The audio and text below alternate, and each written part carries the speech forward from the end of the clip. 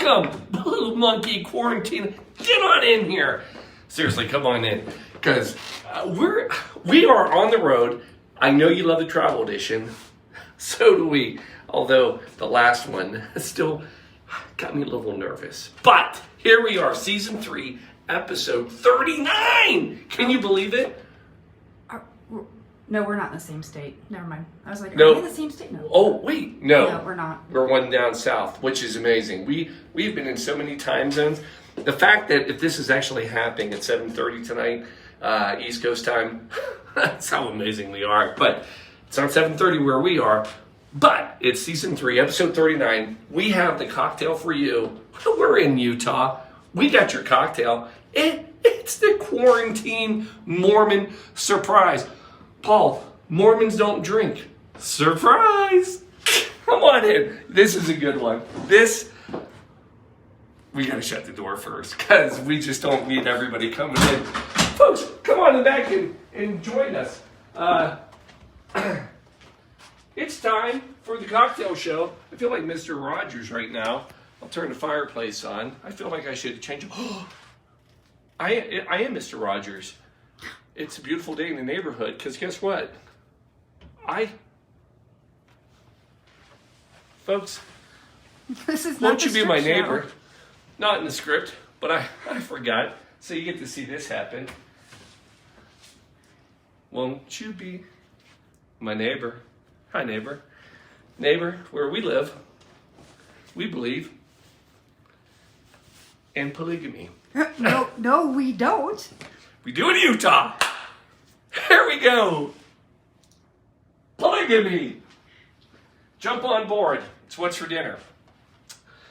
Folks, here we are. Seriously, we are in the great state of Utah. Go Utes, whatever they say. I don't know. And yes, I tried polygamy today.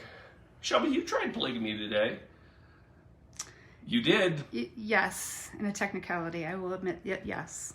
We were at the brewery, Yes. which I can't pronounce, so I won't say it. What's brewery? What's it called? Yeah, I'm not even going to try to butcher that one either. All right, anyway. But we had polygamy on nitro. Delicious. Shout out. I'll try to tag you. I'll do better. But here we are in Utah. Now, when I come to Utah and I think about drinking, I think probably the same thing everybody else does. 1879, Huntsville, Utah, Shooting Star Saloon. Yeah, that's right, folks. That's the oldest bar in Utah, 1879. Yeah. And guess what? This bar is possibly the oldest bar west of the Mississippi, some people say. Give you more on this one. It's still in existence today. Survived Prohibition. And yeah, you can go grab a beer right now. And if you go there, just beware. They say it's haunted. So they have ghosts. And if you look, they put dollar bills everywhere. That's the tradition. And there's about 15 grand just on the walls. What's that you say? That's not what you think about when you come to Utah? No, it's not. My guess, because I know my audience very well, more of a spiritual crowd. That's supposed to be funny. And you're probably thinking word of wisdom, right? A little Joseph Smith, little Mormon scripture, right? The Church of Latter-day Saints, the LDS. My goal tonight, by the way, is to always say LDS and not LSD. Let's see how I do. So, the LDS, yes, this is it. So the word of wisdom is what was written by Joseph Smith. And then Brother Brigham Young decided that the place to nest for all would be Salt Lake Valley, Salt Lake City now. And if you're not familiar with some of the general covenants, principles of LDS, got it right, need to kind of ding, it's this. No alcohol, that's the first one, that's a biggie. No caffeine, so no coffee, no soda, no tea, and no smoking. And they believe this is will help them on their journey, make them better. But I will share one little fact you may not know. Brother Brigham, that's what we call him, Brother Brigham, actually, when he came to Salt Lake, one of the first things he was known to do, he actually drank beer. Now, the reason he drank beer was because a lot of the water was polluted. This is fantastic already. By the way, I've used that excuse. I tried that with the police once. It didn't go over well at all. But the Mormons used to say that if the water was polluted, you could drink beer. And in fact, when they settled here in Salt Lake, one of the first things they did was build a brewery. Paul, are you doing a beer drink tonight? No, I'm just telling you that there's this crossover. So when you take and you look at what happened in 1879 with the Shooting Star Saloon, and then you look at the Mormon Church in Utah, here's what I can tell you. Utah is one crazy place to try to get a drink. Let me just give you a quick history rundown. Ready? Go. 1920.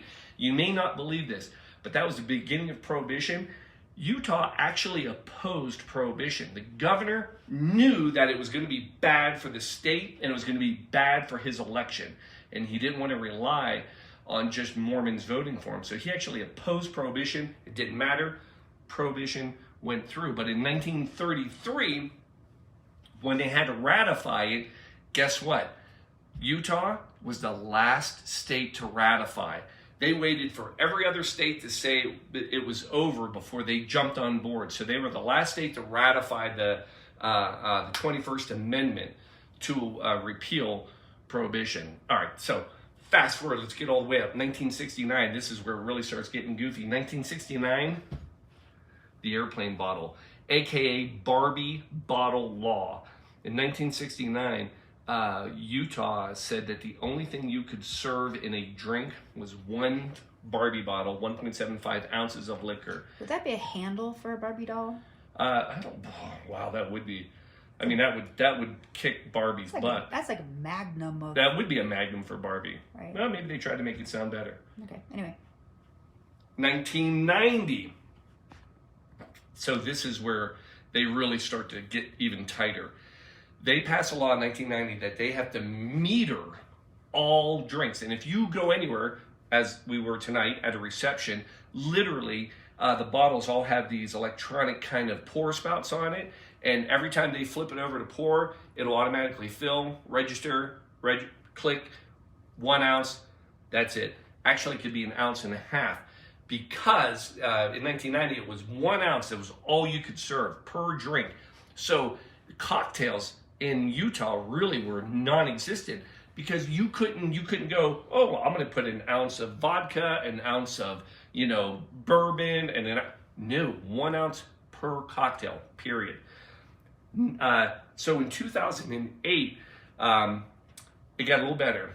They introduced the flavor law. What was a flavor law? The flavor law allowed you to go 1.5 ounces of any main alcohol in a cocktail, plus 1 extra ounce of flavor alcohol.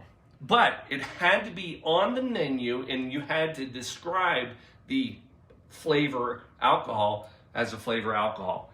Then, 2009, we finally, if you've ever been here before 2009, they used to have, and Shelby, you know this, you had to become a member. Mm-hmm. And every bar was a club. So when you went in, you had to go through this formality, you had to sign up, you had to register, and I'm like, oh, I'm a member of the club.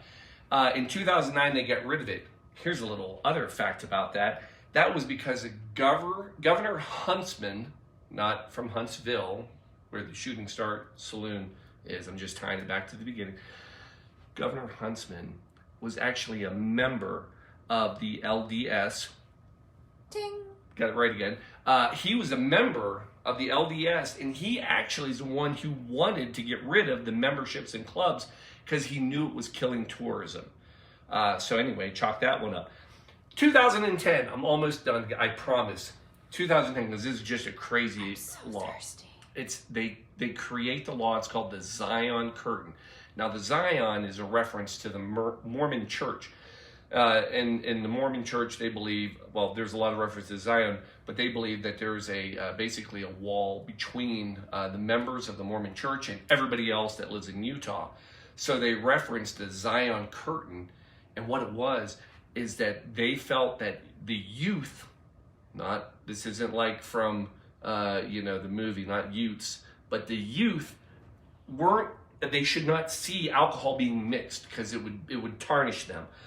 So they literally created a law that you had to build a curtain, a wall, so that if you were in a restaurant, people couldn't see alcohol being mixed. And some of these were even on the bars. So the bars actually had to put up plexiglass that was frosted. You'd order a drink, and they had to go behind the wall to make the drink and then bring it out to you. That's a real thing. Matter of fact, it got so crazy. In 2016, they created the Zion ceiling, which if you were in a balcony, sometimes you could see down below. They made them put a ceiling over top of the bar so you couldn't see in. Fast forward, folks, it's a little better now. We are here on a Sunday. We were able to drink at a brewery. We were able to order cocktails. Now, all the liquor stores, and that's the only place you can get liquor, they're all closed today. But don't you worry. Paul, make the drink, because guess what? Brought him on a plane. Yeah, we're not messing around. I knew what I was getting into before I got here. Paul, what are we doing? So, it is the Mormon surprise, quarantine style. So here's how it works.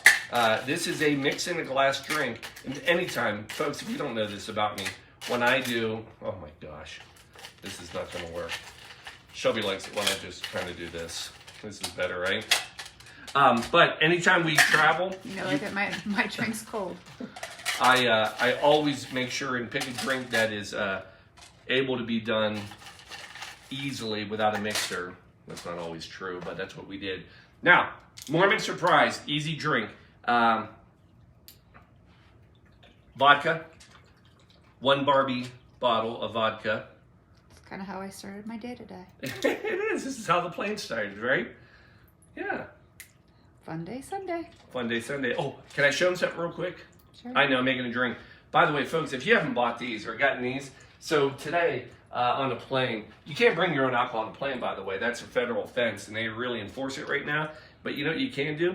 You can bring your own bitters. So, yeah, I was that guy, literally on a plane. I had my own bitters, and we got a little vodka, got some soda, but they don't have fruit. They have nothing anymore. So I just crack out the little bit of bitters, and I'm like, boop, boop, boop, boop. It was perfect. And they were looking at me like, this guy is a raging alcoholic. Give him 2. Vodka. Come back in. It is equal parts of white grape juice. So we're just going to, right there. Then you're topping it off with ginger ale. I feel like it's almost like a communion drink. Well, we're going to talk about what we think the history is. Oh. Then, if you didn't know this, emergency, if you've ever looked on the back, there's a little LDS Ding, ding. right there. Got it right again. Oh, wait, maybe that might be LSD. Nope, LDS. Ding, Yeah, ding. emergency. Latter-day Saints, Mormons. Yeah, this is back. Brigham Young. Brother Young was making emergency way back in the day. And so we're going to sprinkle a little of that right on top of each one. And then garnish it. That's a lemon. But here's the thing. At the bar, because I don't have a knife, we got lime. So we're going to put a little lime It's on just not each right one. to travel with knives Yeah. anymore. I know. That's a tough one. And folks, there it is. Now, here's the thing. I'm going to be very honest with you, because I always am. There's really, literally 0 to less than 0 information on where this drink came from. So I had to speculate, which is bad, on why this is the Mormon surprise. So Mormons don't like alcohol, caffeine, or anything. So here's what I believe. So first of all, the ginger ale. That is one of the only sodas that Mormons can drink because there is no caffeine in ginger ale. Naturally caffeine-free. Item 1. Item 2, white grape juice.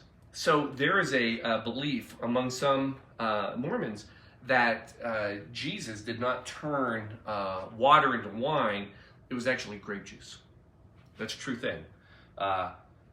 So boom, there's your grape juice. And then the vodka, that's a surprise. So boom, quarantine Mormon surprise. Ching, there it is. How is it? Oh my gosh. That's a great little drink. Well, all your vodka's in the bottom. Well, I poured on top. It's mixed. Okay. No, you can taste it. It's got a little bite because of the vodka, but that grape juice and the ginger ale, very smooth, easy drinking cocktail. I believe I'll give the vodka one more thing. I'm gonna give this a nod to my dad, because my dad, if you didn't see that episode, I shared with you, he had this belief. Screwdriver. The screwdriver.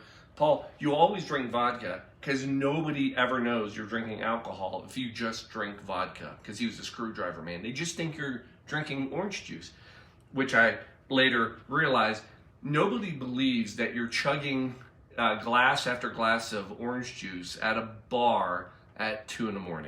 So I don't know that that's going to work, but by God, we're going to go with it. And there it is. That is your quarantine Mormon surprise. Oh, last thing I'll leave you with. Here's another fun thing, and then we're done. I promise we're done. But I've never knew the difference between a bar, a tavern, and let's throw in a restaurant. But in Utah, by law, those are all very different things. So first of all, a bar has to have a sign on it that says, "This is a bar. We do not serve food." Because a restaurant has to say, "This is a restaurant." Not only do they serve food, if you order a cocktail at a restaurant, you have to order food. That's a law. And then, if you're wondering what's the difference between a bar, a restaurant, and a tavern, a bar serves alcohol. A tavern in Utah can only serve beer. So, if you come visit our house, I guess you're coming to a bar. Because we don't always serve food. But folks, you're always welcome. Here it is. Quarantine Cocktail Show. There it is. Hope you enjoyed it. I think we got it all in. Did we do it? I think we did. All right. Thanks for coming. Thanks for coming on our travels. We'll see you next Sunday. By the way, you get yourselves ready. We have such an epic fundraiser coming up. It's going to blow you away. So anyway, folks, love you. Good night. Cheers. Cheers. Good night.